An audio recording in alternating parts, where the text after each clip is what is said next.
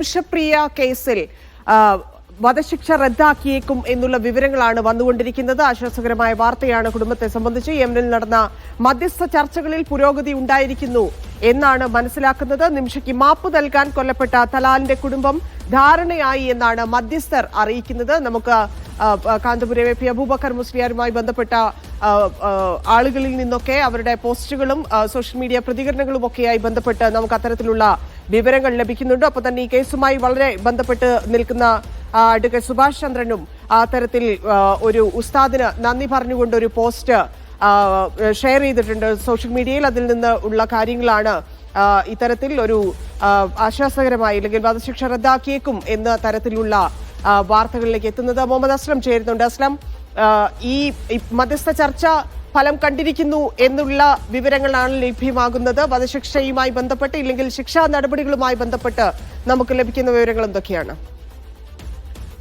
നിമിഷപ്രിയയുടെ വധശിക്ഷ റദ്ദാക്കുന്നത് സംബന്ധിച്ചുള്ള നിർണായകമായ ഒരു ചർച്ച ഇന്ന് യമനിലെ സനായിൽ നടന്നു എന്നുള്ളതാണ് ഏറ്റവും പ്രധാനപ്പെട്ട ഒരു കാര്യം. നേരത്തെ തന്നെ കാന്തപുരം എ പി അബൂബക്കർ മുസ്ലിയാറിന്റെ ഇടപെടലിനെ തുടർന്ന് ഷെയ്ഖ് ഉമർ ഹഫീദ് തങ്ങൾ നിയോഗിച്ച ഒരു സംഘം അവിടെ ചർച്ചകൾ നടത്തിക്കൊണ്ടിരിക്കുകയായിരുന്നു. ഇവിടെ ഇപ്പോൾ നോർത്തൻ യമനിലെ ഭരണാധികാരികളും അന്താരാഷ്ട്ര നയതന്ത്ര ഉദ്യോഗസ്ഥരും ഉൾപ്പെടുത്ത ചർച്ചയിലാണ് ഈ കുടുംബം, അതായത് കൊല്ലപ്പെട്ട തലാലിന്റെ കുടുംബം ഈ നിമിഷയ്ക്ക് മാപ്പ് നൽകുന്ന കാര്യത്തിൽ ധാരണയായി എന്നുള്ളതാണ് നമുക്ക് ലഭിക്കുന്ന ഏറ്റവും പുതിയ വിവരം. അതായത് നിമിഷപ്രിയയുടെ വധശിക്ഷ റദ്ദാകണമെങ്കിൽ എന്താണ് ഈ തലാലിന്റെ കുടുംബം മാപ്പ് നൽകുക എന്നുള്ളതാണ് വേണ്ടിയിരുന്നത്. അക്കാര്യത്തിൽ ഒരു ധാരണയിലെത്തി എന്നാണ് നമുക്ക് ലഭിക്കുന്ന വിവരം. തലാലിന്റെ കുടുംബത്തിൽ നിന്നും ഔദ്യോഗികമായ പ്രതികരണം ഇപ്പോൾ വന്നിട്ടില്ല. അവർ പറയുന്ന ഇക്കാര്യത്തിൽ വ്യക്തത വരുത്താമെന്നാണ് പറയുന്നത്. അതേസമയം നമുക്ക് ഇവിടെ അതായത് കാന്തപുരം എ പി അബൂബക്കർ മുസ്ലിയാരുടെ ഭാഗത്ത്, അതായത് മധ്യസ്ഥ ചർച്ചകൾ നടക്കുന്ന മധ്യസ്ഥരുടെ ഭാഗത്ത് നിന്ന് ലഭിക്കുന്ന വിവരം അനുസരിച്ച് അവർ അക്കാര്യത്തിൽ തയ്യാറായിട്ടുണ്ട്. തുടർ ചർച്ചകൾക്കൊടുവിൽ ഈ വധശിക്ഷ റദ്ദാക്കുന്ന നടപടിയിലേക്ക്, വധശിക്ഷ റദ്ദാക്കേണ്ടത് കോടതിയാണ്. സ്വാഭാവികമായിട്ടും ഇതിൽ ഈ കുടുംബം ഇക്കാര്യത്തിൽ ഒരു ധാരണ എത്തുകയും കുടുംബം അംഗീകരിക്കുകയും ചെയ്താൽ അത് സർക്കാരിനെയും അതോടൊപ്പം തന്നെ കോടതിയും അറിയിക്കുന്ന വഴിയാണ് വധശിക്ഷ റദ്ദാക്കുക. നമുക്കിപ്പോൾ പറയാൻ കഴിയുന്ന കാര്യം നിമിഷപ്രിയയുടെ വധശിക്ഷ റദ്ദാക്കാൻ സാധ്യത എന്നുള്ളതാണ്, റദ്ദാക്കിയേക്കും എന്നുള്ളതാണ്.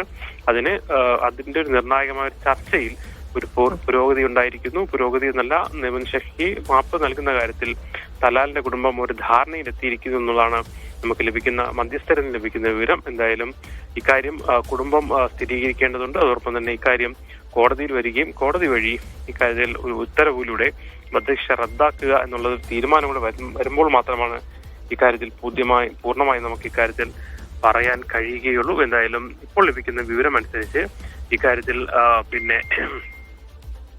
ഒരു നിർണായകമായ പുരോഗതി ഉണ്ടായിരിക്കുന്നു. നിർണായക പുരോഗതി എന്ന് പറയുമ്പോൾ വധശിക്ഷ റദ്ദാക്കുന്ന കാര്യത്തിൽ, അതായത് നിമിഷപ്രിയയ്ക്ക് മാപ്പ് നൽകുന്ന കാര്യത്തിൽ കുടുംബത്തിനെ കൊണ്ട് സമ്മതിപ്പിക്കാൻ ഈ മധ്യസ്ഥ ചർച്ചകൾക്ക് ഏറെക്കുറെ വിജയിപ്പിക്കുക എന്നുള്ളതാണ് നമുക്ക് പറയാൻ കഴിയുന്നത്. അതാണ്, അന്തിമധാരണയിലേക്ക് എത്തിയിട്ടില്ല എന്ന് മനസ്സിലാക്കുന്നു. റദ്ദാക്കിയേക്കും എന്ന് തന്നെയാണ് നമ്മൾ അതിൽ പറയേണ്ടതെന്ന് തോന്നുന്നു. കാരണം അത്രയും സങ്കീർണമായ ഒരു കേസാണ്. കുടുംബവുമായിട്ട് നമുക്കറിയാം എത്ര ദിവസമായി അനുനയ ചർച്ചകൾ നടത്തിക്കൊണ്ടുവരികയാണ്.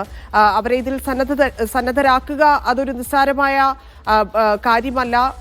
ആ കേസിന്റെ ഒരു സ്ഥിതി ഏതാണ്, ഇത്ര വർഷമായിട്ടുള്ള അവരുടെ നിയമ പോരാട്ടം നമ്മൾ കണക്കിലെടുക്കേണ്ടതാണ്. അത്തരത്തിൽ ഇനിയിപ്പോൾ വധശിക്ഷ റദ്ദാക്കുകയാണെങ്കിലും അത് അതായത് വെറുതെ വിടാനുള്ള ഒരു തീരുമാനത്തിലേക്ക് ആ കുടുംബം എന്തായാലും എത്തില്ല. അങ്ങനെയാണെങ്കിൽ ജീവപര്യന്തം എന്നുള്ള രീതിയിലൊക്കെ ആയിരിക്കുമോ?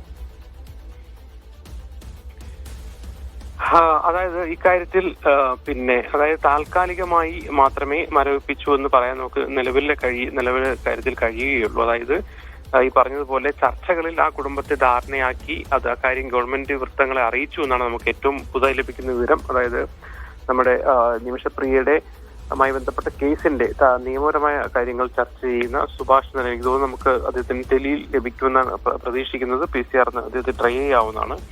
സുഭാഷ് ചന്ദ്രൻ നമുക്ക് നൽകുന്ന വിവരപ്രകാരം താൽക്കാലികമായി മരവിപ്പിക്കാൻ തീരുമാനിച്ചിരിക്കുന്നു. ഒരു സങ്കീർണമായ പ്രക്രിയ തന്നെയാണ്. കേസ് ഇപ്പോൾ വീണ്ടും കോടതിയിൽ വന്നപ്പോഴാണോ?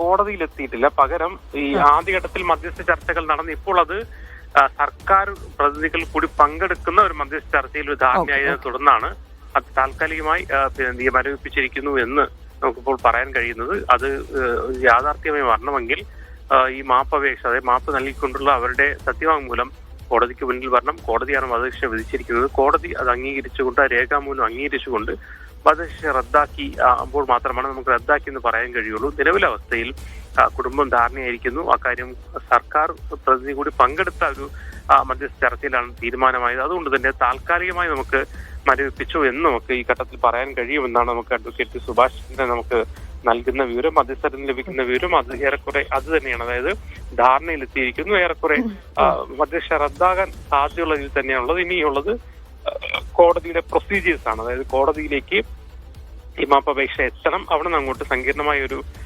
പ്രക്രിയയാണ്. അതിലൂടെയാണ് ഇക്കാര്യത്തിൽ റദ്ദാക്കുക എന്ന് പറയുന്നത്. കോടതി ഉത്തരവ് വരുമ്പോൾ മാത്രമേ പൂർണ്ണമായി റദ്ദായി എന്ന് പറയാൻ പറ്റുള്ളൂ. അതേസമയം ഇതുവരെ നമ്മൾ നേരത്തെ ഘട്ടത്തിൽ മധ്യസ്ഥ ചർച്ചകളിലേക്ക് ആ കുടുംബത്തെ എത്തിക്കാൻ കാന്തപുരത്തിന്റെ ഇടപെടൽ തുടർന്ന് ഉമർ ഹഫീദിന്റെ നേതൃത്വത്തിലുള്ള പ്രതിനിധി സംഘത്തിന് കഴിഞ്ഞിരുന്നു. അത് നീണ്ടു പോയിരുന്നു. നമുക്കറിയാം, വളരെ സങ്കീർണമായ ഒരു പ്രശ്നമാണ്. അവർ വലിയ പ്രമാദമായ ഒരു കൊലപാതക കേസായിരുന്നു. അതുകൊണ്ട് തന്നെ അവിടെ വലിയ പ്രതിസന്ധി അവിടെ ഉണ്ടായിരുന്നു. പ്രാദേശികമായ വലിയ എതിർപ്പുണ്ടായിരുന്നു. മാധ്യമ